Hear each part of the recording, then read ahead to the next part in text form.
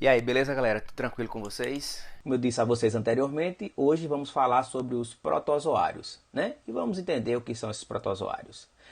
Os protozoários, eles estão num grupo maior, eles fazem parte de um grupo maior, que é o grupo dos protistas, né? E o que caracteriza os seres desse grupo dos protistas são exatamente que eles são organismos eucariontes. E o que significa dizer que um organismo é eucarionte? É exatamente a diferença de um eucarionte para um procarionte está exatamente em como esse núcleo está organizado, certo? Então, aqui eu tenho um exemplo de uma célula eucarionte e uma célula procarionte. Observe que na célula procarionte, o núcleo ele está aqui disperso no citoplasma. Não existe uma membrana envolvendo esse núcleo. É um núcleo falso. Já na célula eucarionte, ó, observa que o núcleo ele está envolvido por uma membrana, então é o núcleo verdadeiro. É uma diferença. Outra diferença é a presença de mitocôndrias, certo? O núcleo eucarionte tem as mitocôndrias, que são as organelas responsáveis pela produção de energia. Já a célula procarionte não existe, não possui, certo? E também os cloroplastos, que existe na célula eucarionte e ela é ausente na célula procarionte. Tá certo? Então nós temos protistas heterotróficos, que são os protozoários, que a gente vai falar, e temos protistas autotróficos, que são as algas, que vamos falar em um segundo momento. Certo? Lembrando que a diferença de heterótrofos para autótrofos são o quê? São que os heterótrofos eles não conseguem realizar fotossíntese e logo eles não conseguem produzir seu próprio alimento, ao contrário dos autótrofos, que realizam a fotossíntese. Não é isso? Beleza? Então vamos falar um pouquinho mais sobre os protozoários. Tá aqui o exemplo de um protozoário, paramécio, certo? E vamos entender como está organizado estruturalmente esses indivíduos, né? São seres unicelulares, ou seja, são seres que têm uma única célula, e são seres heterótrofos, como eu já disse anteriormente, né? E se reproduzem de maneira geralmente assexuada, certo?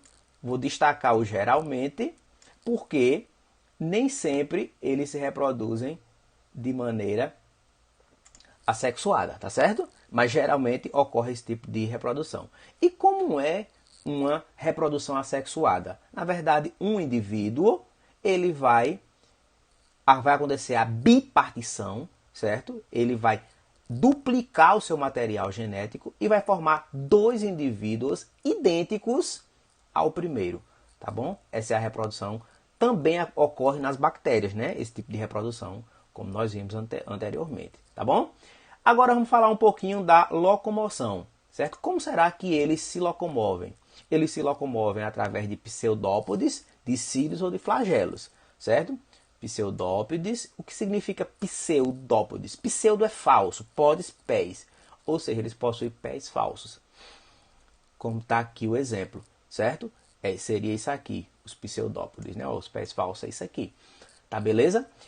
Mas eles podem ter, outros eles possuem pequenos pelinhos, que são chamados cílios, ou os flagelos, que como se fossem pequenas caudas, né?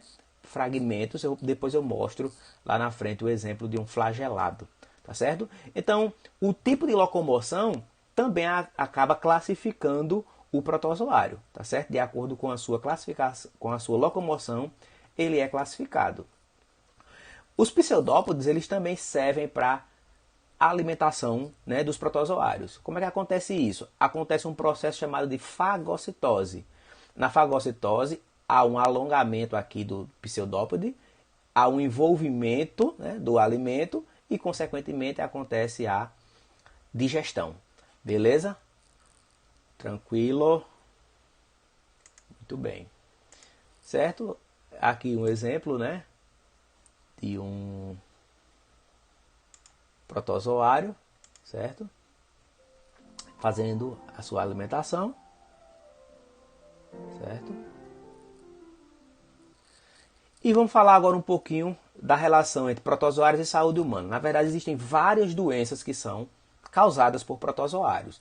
Lembrem-se, os protozoários, eles não são necessariamente parasitas do ser humano, certo? Mas alguns sim, alguns são parasitas, não todos, tá bom?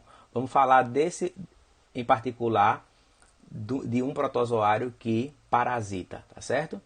Então, olha só, eu tenho aqui um barbeiro, certo? O barbeiro, ele é o vetor, é ele que carrega o protozoário, esse protozoário aqui, que é flagelado, ó, aqui está o flagelo, por isso que ele é um flagelado, certo? E o que acontece aqui é uma coisa interessante, ó. O protozoário, ele está na corrente sanguínea, certo? E aí ele vem para o coração, ele vai se reproduzir aqui no coração. Então, geralmente a pessoa fica com o coração inchado, pessoa que tem essa doença, certo? E como acontece essa transmissão? Olha só, o barbeiro, ele vai picar a pessoa quando a pessoa está dormindo, certo? E ao sugar o sangue, ele adquire o protozoário.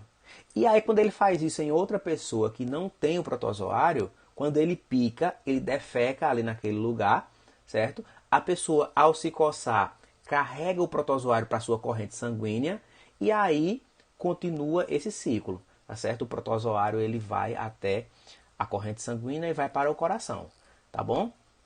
Então, a doença é chamada doença de Chagas, certo? E é causada por esse protozoário, Trypanosoma cruzi, esse rapazinho aqui, certo? Que é transmitido pelo barbeiro, que é um inseto, certo?